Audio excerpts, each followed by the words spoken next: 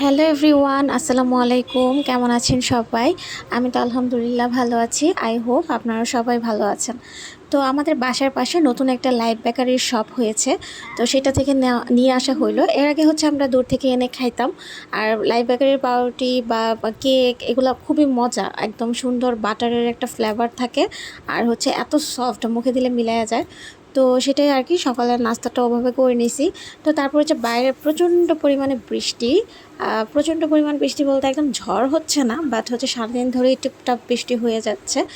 তো তারপর হচ্ছে ভাবলাম যে খিচুড়ি খাই। এই ব্লগটা হচ্ছে কিছুদিন আগে আমি শ্যুট করেছিলাম, আপনারা হয়তো বা রিলসে দেখেছেন, যারা রেগুলার দেখেন আর কি আমার ভিডিও, বা যাদের কাছে যায় এখন পর্যন্ত। আমি হচ্ছে বৃষ্টি টিষ্টির দিনে খুব খিচুড়ি, তারপর বিরিয়ানি, তেহারি, মানে সহজ যেটা হয় করে ফেলি। কারণ আমি যেহেতু এই ধরনের খাবার পছন্দ করি, আমি ফ্রিজে প্রিপেয়ার করে রাখি। তো দেখা যায় যে আমার রান্না করতে মানে এত বেশি একটা সময় লাগে না। তো তারপর হচ্ছে যদি মুড থাকে আর কি। আর আমি যেই বাসাটায় থাকি, আমার বাসাটা একদম সুন্দর একটা প্লেসে আমি বলবো। কারণ ফুড ব্লগারদের ভিডিও দেখে আমরা যেসব রেস্টুরেন্টের কথা শুনি বা যেগুলো আসলেই ভাইরাল হয়েছে, তো বড় থেকে ছোট সব ধরনের রেস্টুরেন্টের একটা একটা করে আউটলেট আমাদের বাসার পাশে আছে। তো আমি চাইলে একদম সেটা মানে হাঁটার দূরত্বে আর কি, আমি চাইলে যেখানে যেতে পারি। বাট আমার কাছে না ওই যে আমি রেডি হয়ে যাব একটা জায়গায়, সেটা একদমই ইচ্ছা করে না। আমার মনে হয় তার চেয়ে কী দরকার, আমি নিজেই রান্না করে খেয়ে ফেলি, বা বাসায় হচ্ছে ফুড পান্ডা থেকে অর্ডার করি, বা বাসার কেউ যেয়ে নিয়ে আসে, তারপর আমরা বাসায় বসে খাই। তো আমি খুবই গড় কোনো একটা মানুষ, বুঝতেই পারছেন। আসল কথায় আসি, এই খিচুড়িটা হচ্ছে আমি এক্সপেরিমেন্ট করে নিজে নিজে রান্না করেছি। আর খিচুড়ি যেহেতু, সেই জন্য আর কি। খিচুড়িতে তো সব কিছু মিক্স করা যায়, খিচুড়িতে কোনো বাউন্ডারি নেই যে আমি এটা ইউজ করতে পারবো ওইটা ইউজ করতে পারবো না। খিচুড়ি মানেই হচ্ছে সব কিছু আপনি ইউজ করতে পারবেন। তো তারপর হচ্ছে আমি সেটা শেয়ার করে দিয়েছি, যেহেতু অনেক মজা হয়েছিল খিচুড়িটা। তো প্রথমে হচ্ছে আমি শাহি জিরা এবং হচ্ছে মেথি ফোড়ন দিয়েছি তেলে। তারপর হালকা একটু ভেজে নিয়ে আমি হচ্ছে এখানে দিয়েছি পেঁয়াজ দিয়ে, তারপর একটু হালকা বেরেস্তা হওয়ার আগ পর্যন্ত ভেজে নিয়ে আমি আদা বাটা রসুন বাটা দিয়েছি 2 টেবিল চামচ করে। তারপর লবণ দিয়েছি, দিয়ে এটাকে একটু পানি দিয়ে সুন্দর করে একটু কষিয়ে নিয়েছি। তো কষানোটা হয়ে গেলে আমি এখানে তেজপাতাও দিয়েছি, আর বাকি যত গরম মশলা আছে সেগুলো হচ্ছে আমি গুঁড়ো ইউজ করব। তো সেই জন্য আমি শুধু তেজপাতাটা ইউজ করেছি।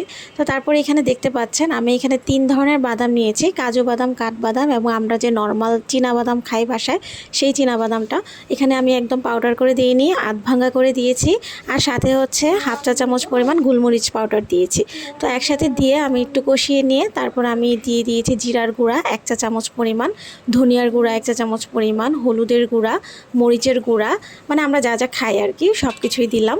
তো গরম মশলার গুঁড়াও দিছি, দিয়ে তারপর হচ্ছে সুন্দর করে এটাকে আমি অনেকক্ষণ ধরে এটাকে কষিয়ে নিব। কষানোটা মেইন, মশলা যত ভালো করে কষানো হয় দেখা যায় যে রান্নার টেস্টটা তত বাড়ে। আসলে এক একটা রান্নার সিস্টেম এক এক রকম, আর যারা রান্না পারে তারা যেভাবেই রান্না করুক সেটাই মজা হয়। বাট আমার মতো যারা নতুন রাঁধুনি আছেন, বা আমি যে অনেক কষ্ট করে করে এইটুকু অ্যাটলিস্ট আয়ত্ত করতে পারছি, তো সেটাই আমি শেয়ার করি আপনাদের সাথে সব ভিডিওতেই। তো তারপর হচ্ছে আমি আরেকটু পানি দিয়ে ভালো করে এটাকে কষিয়ে নিয়েছি। তারপর এখানে দিলাম ক্যাপসিকাম কুচি, তারপর গাজর কুচি আর টমেটো কুচি দিয়ে ভালো করে এটাকে আমি কষিয়ে নিব। আর হচ্ছে আমি আলুও দিব সাথে।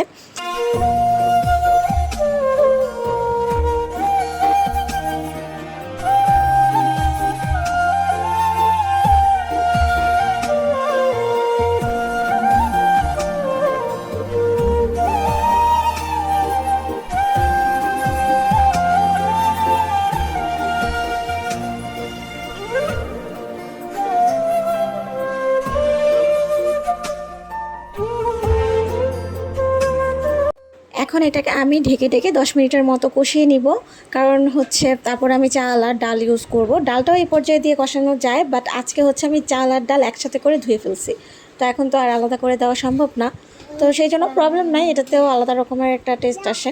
তো প্রতিদিন একই রকম করে খেতে হবে এটার কোনো আসলে মানে নাই। এক এক দিন এক এক রকম করে রান্না করতে খুব ভালো লাগে। আর আজকে আমি হচ্ছে একদম ল্যাটকা খিচুড়িও রান্না করতেছি না, একদম ঝুরঝুরে ভুনা খিচুড়িও রান্না করতেছি না। আজকে হচ্ছে দুইটার মাঝামাঝি একটা আঠালো টাইপ ল্যাটকা খিচুড়ি হবে। আর যেই খিচুড়িটা খেতে অনেক সময় লাগে, আঠালো টাইপ খিচুড়ি হাতে নিয়ে খেতে খেতে আমার মনে হয় আমার অনেক সময় লাগে। তো আজকে সেটাই রান্না করতেছি।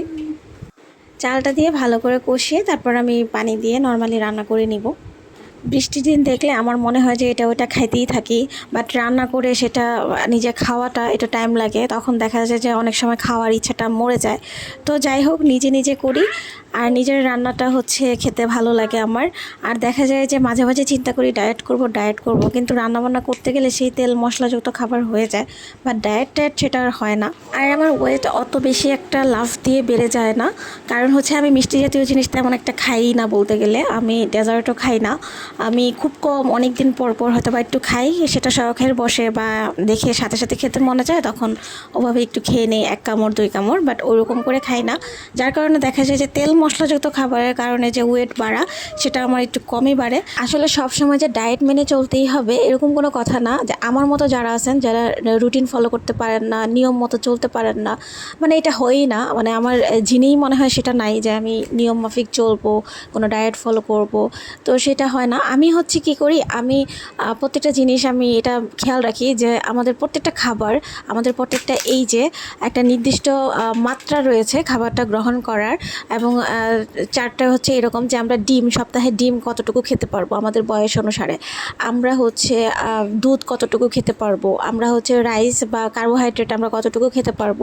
তো এইটার একটা ধারণা যদি মাথায় আপনারা নিয়ে নেন, তাহলে দেখা যায় যে নিজে থেকেই সেটা কন্ট্রোলে আসে একটু একটু, যে আমি হচ্ছে এই সপ্তাহে এতটা ডিম খেয়ে ফেলছি, আমি এখন আর ডিমটা খাবো না, বা আমি দুধ আমার এইটুকু বয়স অনুসারে এইটুকু আমি খেতে পারবো, এইটুকু এখন আর খাবো না, বা মিট আমি এতটুকু খেতে পারবো, এতটুকু খাবো না। সো এইটুকু মাথায় রাখলে আমার মনে হয় যে কিছু কিছু ক্ষেত্রে ডায়েটটা কন্ট্রোল হয় আর কি, মানে ডায়েটের দরকার নেই, আপনি খাবারটাকে কন্ট্রোল করেন, সেটা হচ্ছে মূল বিষয়। আমি যেহেতু এসব ব্যাপারে এতটা এক্সপার্ট না, সো আমি চারটা দিতে পারলাম না। এগুলো অনলাইনে আছে, ইউটিউবে আছে, তারপর বিভিন্ন পেজে আছে, আপনারা চাইলে সেগুলো দেখে নিতে পারেন। তো এদিক দিয়ে হচ্ছে আমার খিচুড়িটা রান্না শেষ। আমি একটু কেওড়া জলও দিয়েছি সুন্দর একটা ফ্লেভারের জন্য, আমি একটু ঘিও অ্যাড করেছিলাম। তো তারপর হচ্ছে আমি খিচুড়িটা হয়ে গেছে। আমি খিচুড়িটা কাঁকরোল ভাজা, তারপর চাল কুমড়া ভাজা আর মরিচ ভর্তা নিয়েছি, কাঁচা মরিচ না, কাঁচা পেঁয়াজ এবং শুকনো মরিচের যে ঝাল ভর্তাটা হয় সেটা, আর লেবু সালাদ নিয়েছি। আর আমরা হচ্ছে কেন নিয়েছি, এটার সাথে আমি মিট খাইনি, মিট যদি আমি রান্না করছি। এটা হচ্ছে আমি আবেশ হোটেল অ্যান্ড রেস্টুরেন্ট থেকে আমি এটা নিয়ে আসছিলাম, মোরগ পোলাও, শাহি মোরগ পোলাও যেটা, সেটা। তো সেই জন্য আমি মিট নিই নাই সাথে।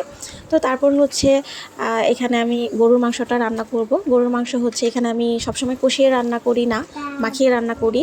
আর সবসময় মাখিয়েও রান্না করা হয় না, কারণ সবাই মাখিয়ে রান্নাটা পছন্দ করে না। আর আরেকটা ব্যাপার হচ্ছে, যখন ফ্রিজে মাংসটা থাকে, ফ্রিজ থেকে বের করে রান্না করি, তখন হচ্ছে সেটাকে কষিয়েই রান্না করি। আর হচ্ছে যখন ফ্রেশ মাংসটা রান্না করি তখন মাখিয়ে রান্না করি, তাহলে টেস্ট ভালো আসে। যারা আমার ইউটিউব চ্যানেল থেকে ভিডিওটি দেখছেন তারা লাইক, কমেন্ট, শেয়ার এবং সাবস্ক্রাইব করে দিবেন। আর যারা পেজ থেকে দেখছেন পেজটাকে লাইক অ্যান্ড ফলো করে দিবেন। ভিডিওগুলো ভালো লাগলে অবশ্যই শেয়ার করে দিবেন, আর নিয়মিত লাইক কমেন্টস করবেন আমার সাথে কানেক্টেড থাকার জন্য। তো এদিকে হচ্ছে আমার গরুর মাংসটা আলু দিয়ে ঝোল করা শেষ। আমি এটাকে আজকে ঝোলঝোলি রান্না করেছি। আর বাইরে প্রচণ্ড পরিমাণ বৃষ্টি হচ্ছে, আর বৃষ্টি দেখে দেখে এনজয়ও করা হয়েছে, যথেষ্ট ভালো খাওয়া হয়েছে আলহামদুলিল্লাহ সব কিছুর জন্য, যে আরেকটা দিন আমার খুব ভালো গেল। আর লাইফে ভালো থাকাটাই হচ্ছে মেন ব্যাপার, যে প্রত্যেকটা দিন যেন খুব ভালো যায় সেই চিন্তা করি, যে আল্লাহ আমার দিনগুলোকে যেন পার করিয়ে দেয়। সো সব কিছুর জন্য আলহামদুলিল্লাহ। So stay connected, stay happy. ধন্যবাদ, আসসালামু আলাইকুম।